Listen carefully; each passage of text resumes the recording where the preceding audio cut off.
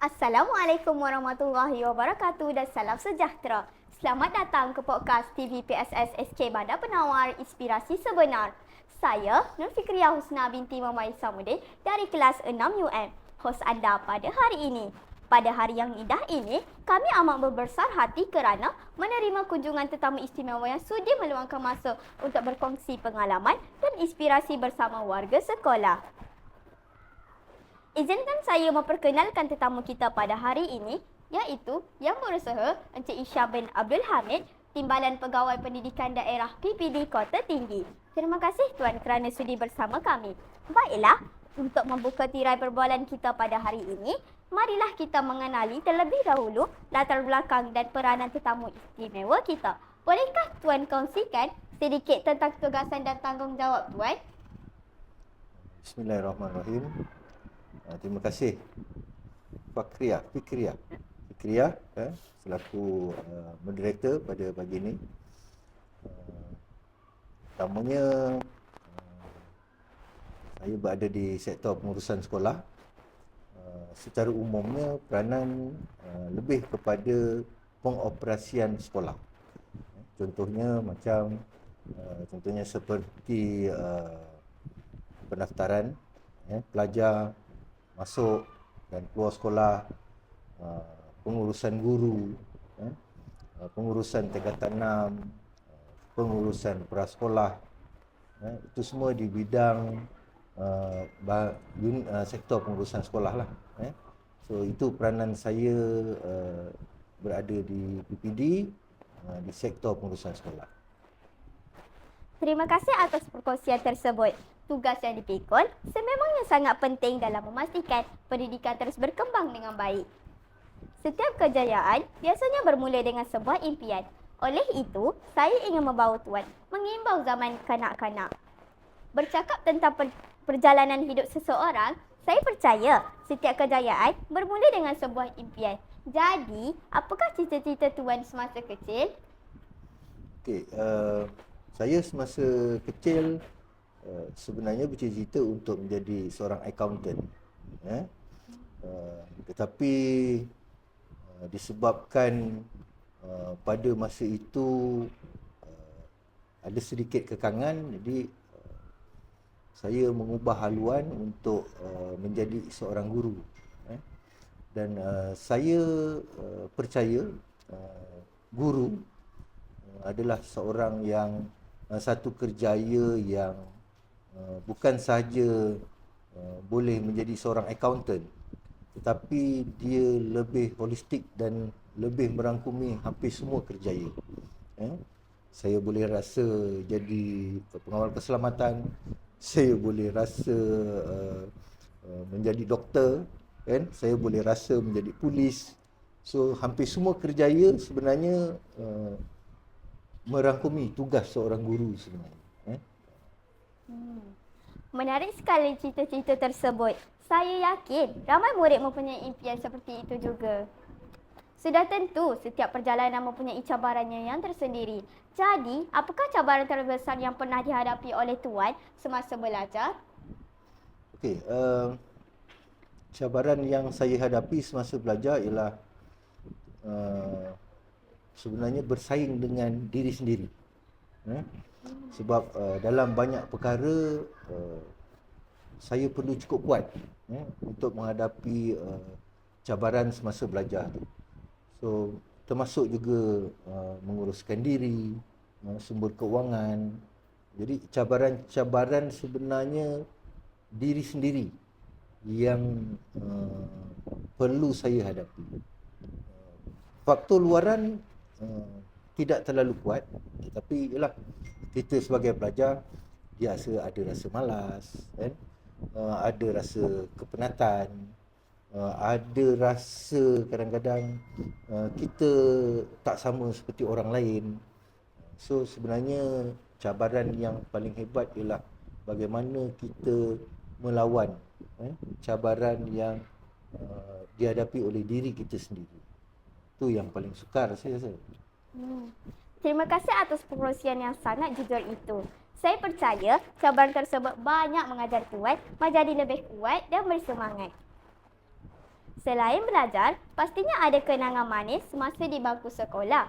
Jadi, apakah aktiviti sekolah yang paling menyeronokkan semasa zaman persekolahan tuan? Perkara yang paling menyenangkan di zaman sekolah ialah bersama kawan-kawan dan waktu bermain. Zaman saya dia tak ada handphone. Zaman saya dia tak ada gadget.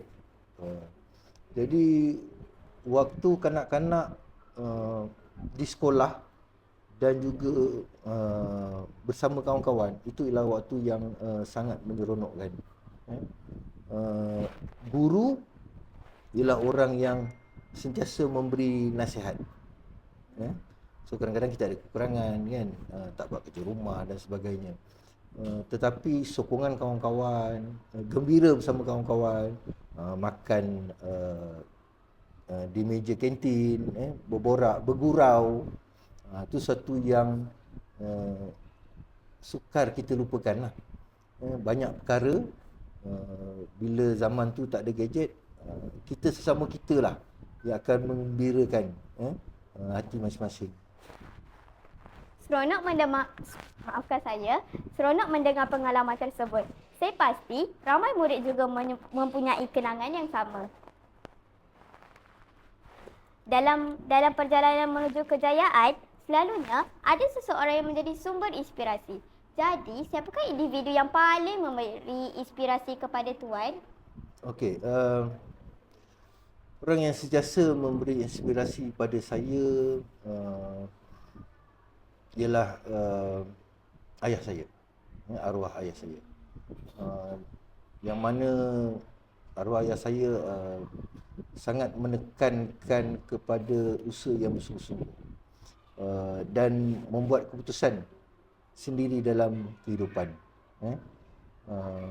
Ibu saya ialah orang yang memberi dorongan, tetapi banyak daripada keputusan dan sebagainya sokongan daripada arwah ayah saya lah. Bila kita tengok bagaimana dia berusaha membesarkan anak-anaknya, bagaimana dia bersungguh-sungguh, sebab arwah ayah saya ialah seorang pendoka. Jadi kerja keras dia dan saya bersama-sama dengan dia memberi dorongan kepada saya dalam setiap perkara. Dia kena usaha sungguh-sungguh. Kalau nak buat, kena buat betul-betul. Dia tak boleh sebahagian-sebahagian, sikit-sikit. So hati kena kuat dan jitulah untuk kita capai apa yang kita nak. Itu yang memberi inspirasi lah pada saya. Sesungguhnya, individu seperti itulah yang menjadi pendorong kepada kejayaan seseorang. Tuan pernah berpengalaman sebagai seseorang kaunselor sehingga ke PPD. Jadi, bagaimana Tuan melihat murid zaman kini untuk menjadi generasi yang lebih berhemah dan menjadi harapan negara pada masa akan datang? Ni siapa buka rahsia ni? Okey. Memang sebelum ni saya seorang kaunselor kan.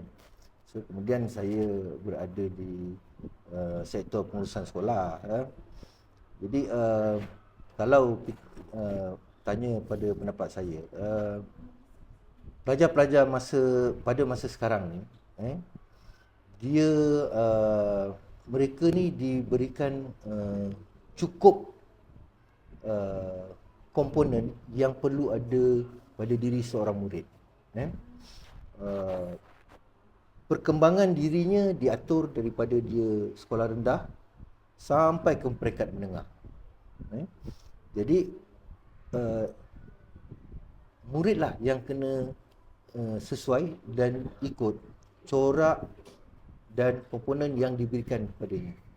Dan saya dapat melihat sampai di satu ketika perkara-perkara baik yang diberikan, yang disampaikan kepada pelajar tu memang membentuk